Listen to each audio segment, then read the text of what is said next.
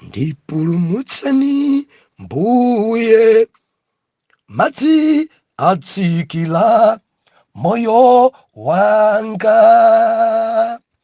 ndalema ndikufula kumelo kwanga kwaumagwa, ine ndayimilira thope lozama lopanda popontera, waine ndalowa madzi wozama ndipo chigumula chandimeza. Ndikulandireni okondedwa omvera konse kumene muli. Heneleke Tchale mtumiki wanu, Yohani mtumwi, believer. Lero pa 28 March 2023, subtopiki Chodziswa kapena kuri Chodziswa. Believer, loleni kuriedwa mbenkora chapter number 6 cha buku la Yohani. Mpodzadza ni minofu ndinako kutsimikizika mtima kuti believer tudalitsika endi tikulimbikitsika kwa mpiri.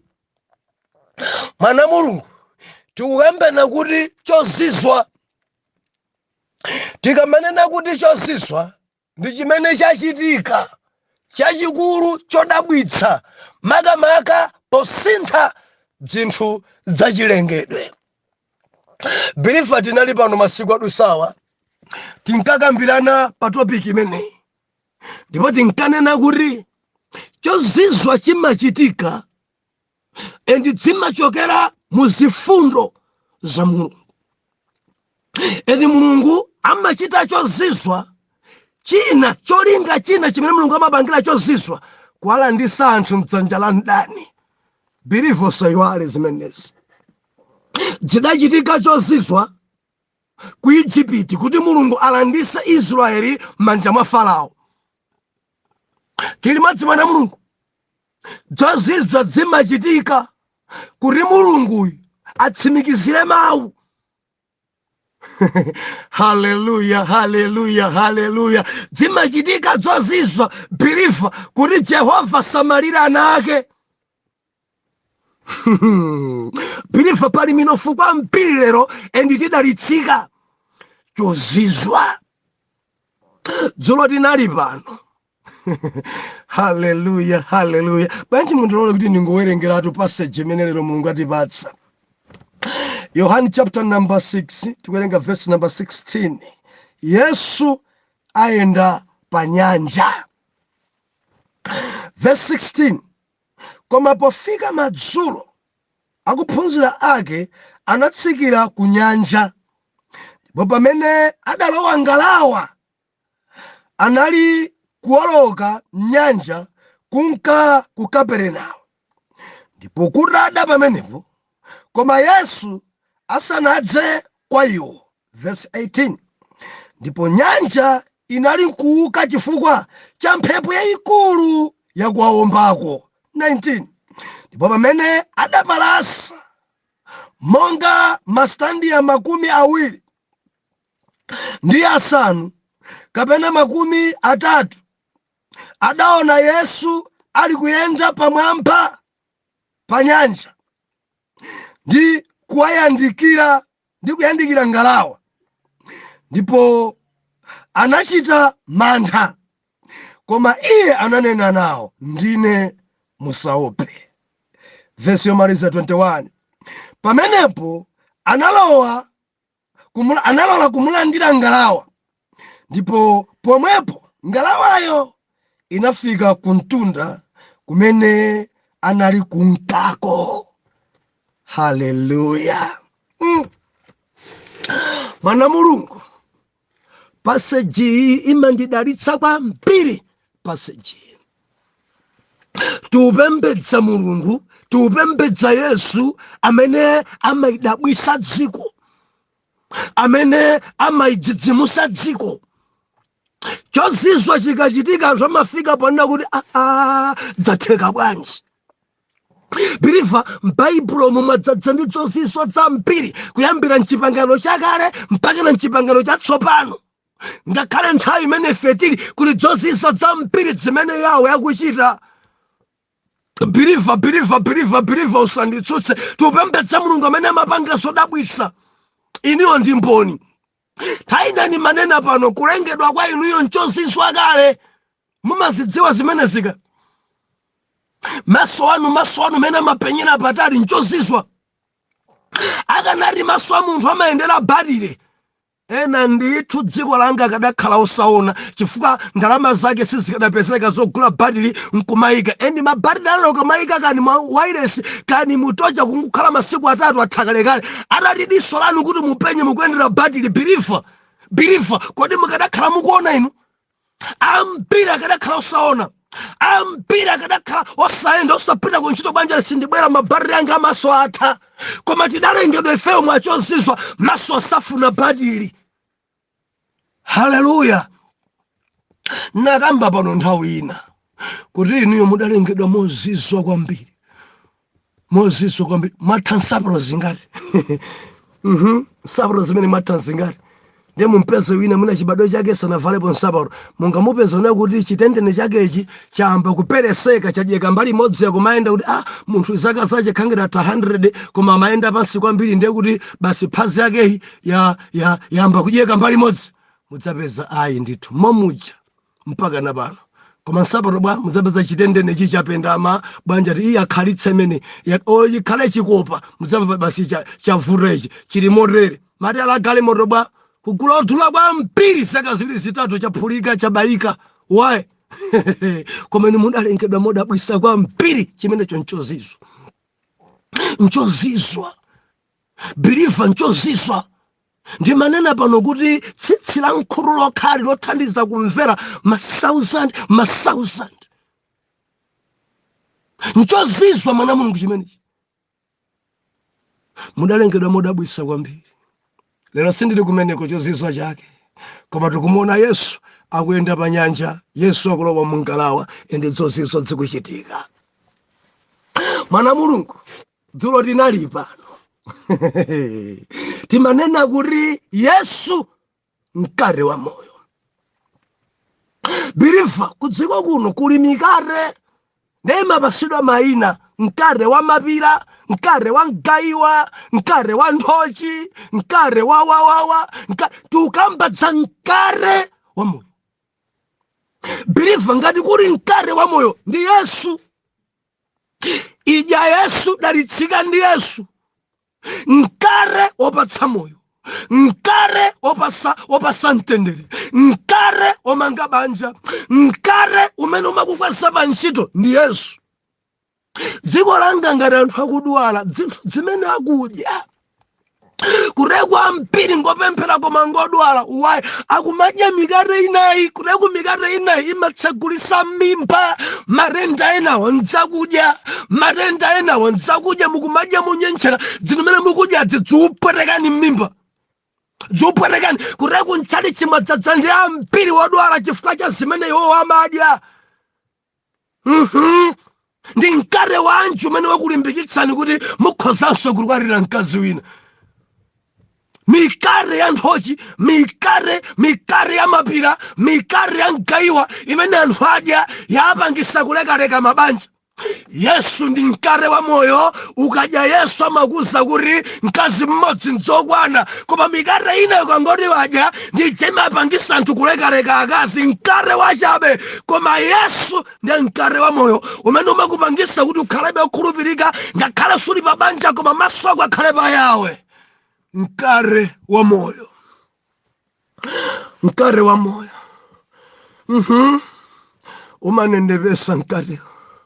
Umaenda ndi ntiti chifukwa cha mkate. Umakhala wopirira chifukwa cha mkate umene ukudya. umayembekezera bepa Ambuye chifukwa cha mkate umene ukudya.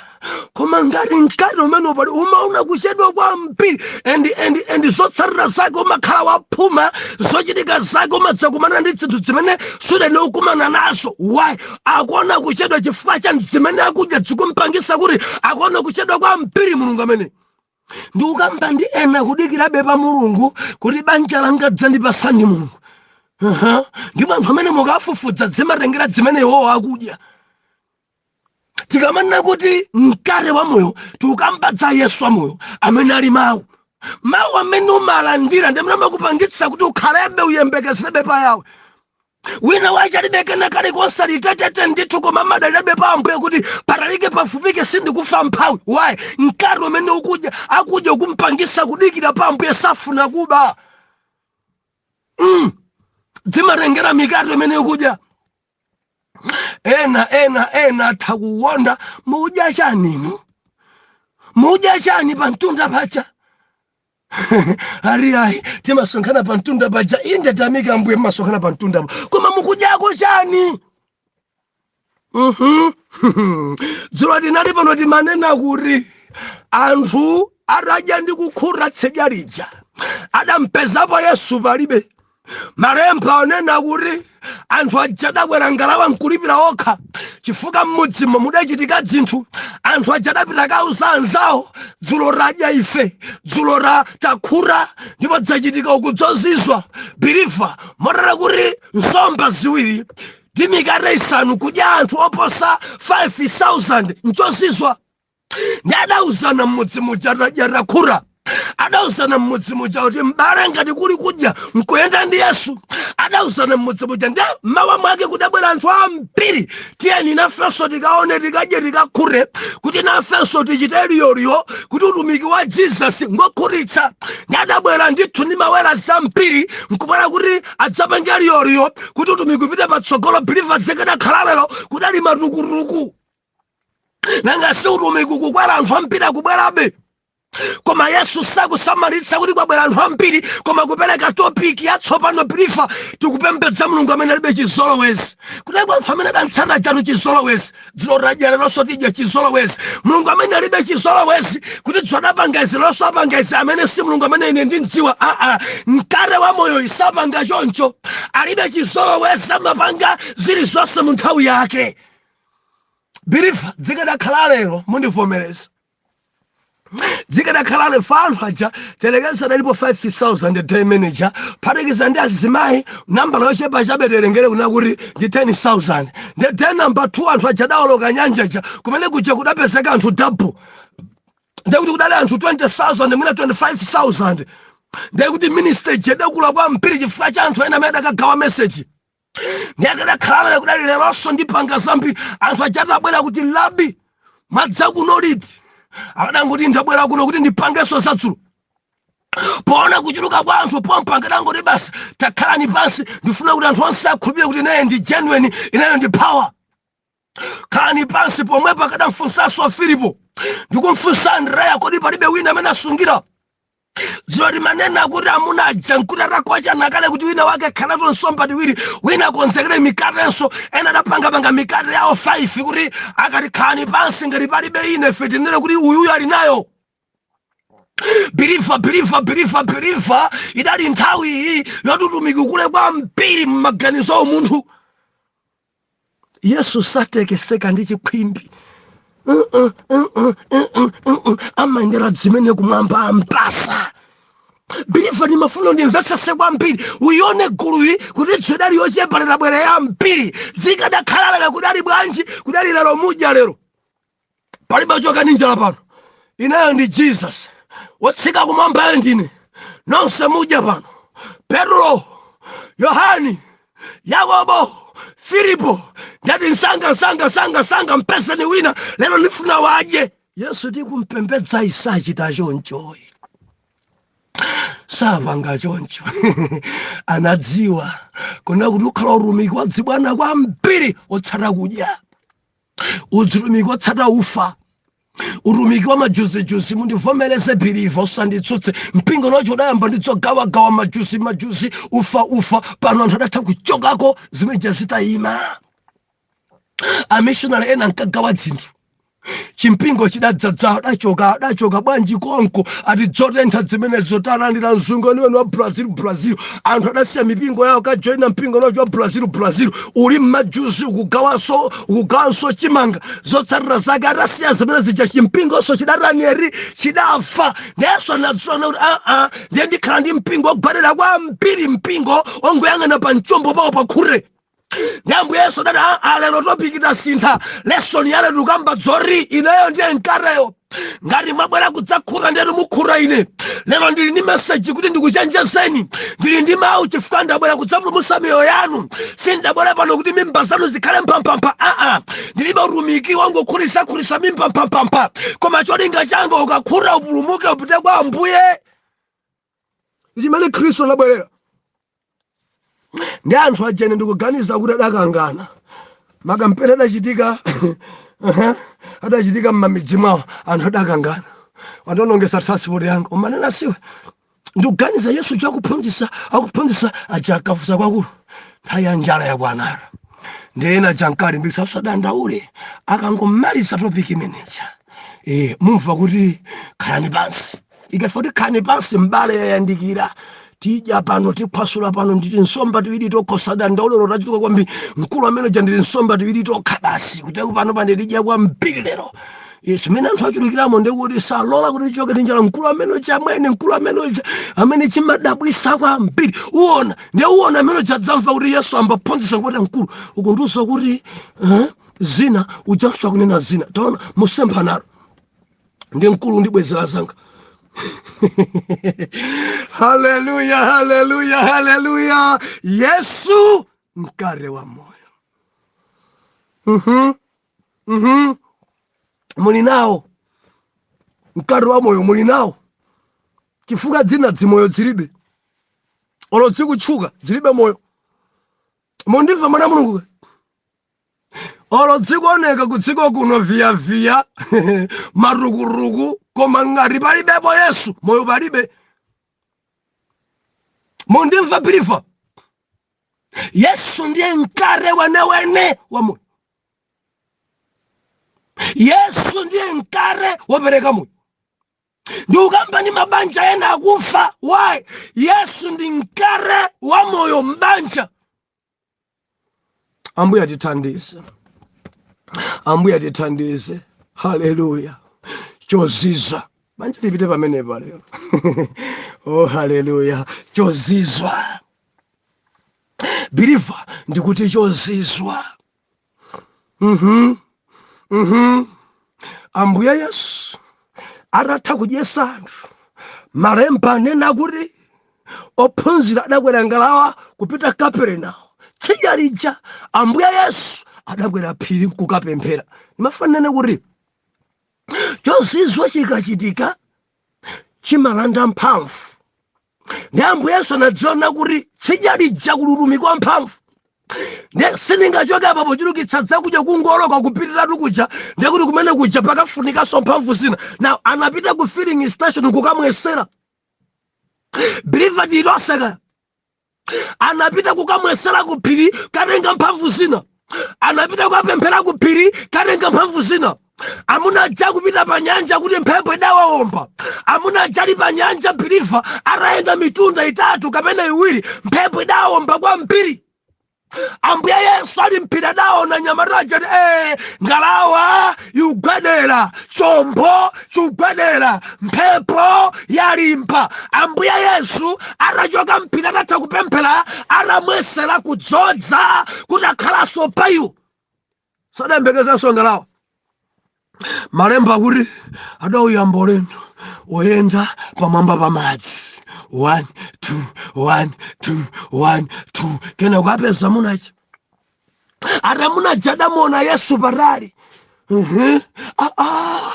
ndi Ambuye atakwenda pamwamba pa madzi 1 2 1 2 osamira believer Yesu adayenda pamwamba pa madzi pamwamba pa nyanja Yesu amene believer ndi odabwisa uyu tikupembedza Yesu amene amayenda pamwamba pa madzi believer ichichi nchozizwa chifukwa madzi wina sangaende pamwamba pake.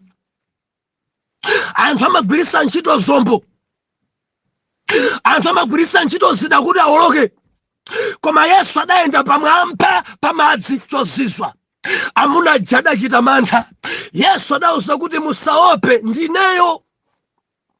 Mphepo ikuwomba, mafunde ali pa nyanja, akuti adamulandira Yesu ngalawa.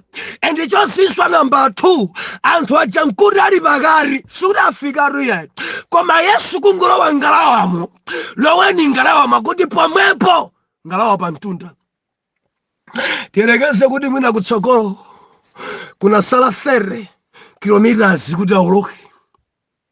Kungoyerekeza mwina kuna sala 60 kilometers kuti amalizire kuwoloka kupita tsidya lija.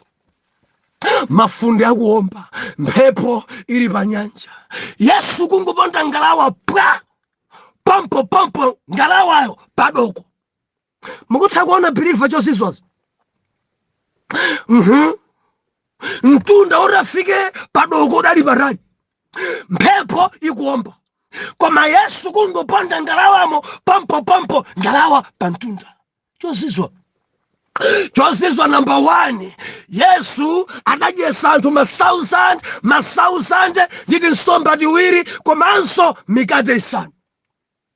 Chodziswa namba 2, Yesu akuyenda pamwamba pa madzi. Chodziswa namba 3, Yesu adangolowa ngalawa idapezeka ili pa mtunda. Ndimafuna ndikulimbikitsa biliva, ndikupembedza Yesu amene amachulukitsa zinthu ngozizo uyu. Mwina uli nadzodzi chepa biliva, ndalira Yesu amachulukitsa. Uli nadzodzi chepa, ndalira Yesu amakhuritsa. Uli nadzodzi chepa, ndalira Yesu amaveka. Uli nadzodzi chepa, ndalira Yesu amapambanitsa. Chodziswa namba 1 adachulukitsa zinthu. Chodziswa namba 2 adayenda pamwamba pa madzi. Biliva, madzi amapha, koma Yesu adayenda pamwamba pa imfa. Chimene chimapha anthucho, Yesu adayenda pamwamba pake. Ndikulimbikitse, ngati ungadye mkate umene udzayenda pamwamba pa zinthu zimene zimakuopseza, pamwamba pa thakati, kuyenda pamwamba pa marenda, kuyenda pamwamba pa umphawi, kuyenda pamwamba pa ziopsezo, kuyenda pamwamba pa zopweteka, kuyenda pamwamba.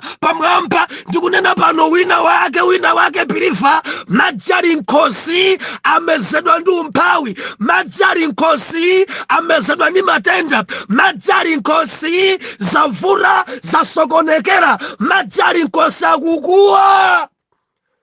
Ndipulumutsani Mbuye, madzi atsikira moyo wanga. Madzi ali nkhosi, madzi ali nkhosi, marenda ali nkhosi, umphawi uli nkhosi, zowawa zili nkhosi, mayesero ali nkhosi. Tamvera, Chodziswa Yesu adayenda pamwamba pa nsautso, pamwamba pa nsautso.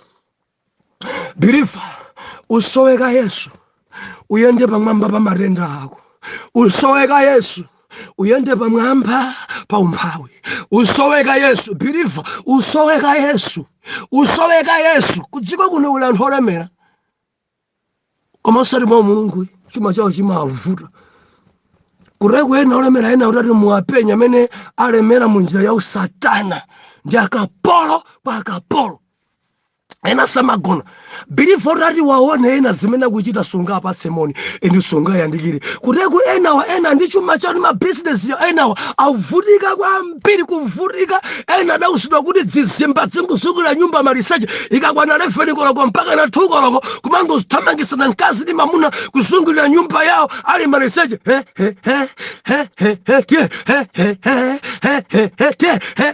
Mamini basi ayendebe, shopu iziyendabe, andi hoselo, endi hoselo imene anthu kuti adzibwera anthu andi akapolo yawa. Nyumba mwawo kuli zinjoka, kuli ndondocha ndi akapolo. Ndikunena kuti Yesu mtare wa moyo amalemeretsa opanda kuzunza, kugona tulo mpaka na mkonono mwamtendere. Koma ena ndi akapolo. nizitumwa ndi akapolo. Pakadusa masiku 3 ya nambala 4 zikagona m'manda. Pakadusa masiku 4 ya nambala 4 anthu avutika kudziko kuno. Haleluya.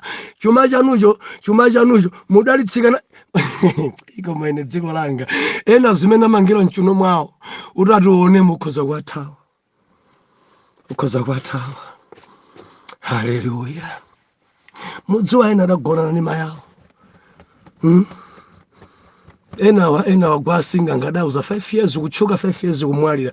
Samada bweso afa mwansanga kulemera kumene ndi zimene adapempha kwa singanga kuti ningochuka kwa 5 years mamini basi ka matraki koma dzitenge 5 years kana gone dzingomwalira enda akamwalira ananso sadzisamala zonse zimatheratu anthu kumangodaba kuti bambo awo ali magale moto 5 years dzapitazi koma libe kana kali konse why dzakwa singanga izi. Haleluya. Bilifa Chodziswa tikuti Chodziswa. Yesu adaenda pamwepo pa madzi. Number 2. Number 3, Yesu kungolowa ngalawa pomwepo pa mtunda. Mwana Mulungu ndikulimbikitse pakusoweka Yesu chifupi nawe. Akangofika pafupi ndi iwe Yesu pomwepo ndi padoko. Ndi ukamba ndi wina ali patali kwa mpiri ndi mdaliso wake. Tamvera Yesu amene ali mkate wa moyo akafika pa iwe kungogunda ngalawa yako pomwepo ndi padoko. Ndi padoko Bilifa. Kutagwa sweka Yesu akuyandikire akangoyandikira Yesu pomwepo ndi padoko muofesi. Akayandikira Yesu pomwepo Bilifa ukumana ndi agama ako. Akalandira Bilifa Yesu akangofika pa chombo chako pomwepo Bilifa ndi pantunda.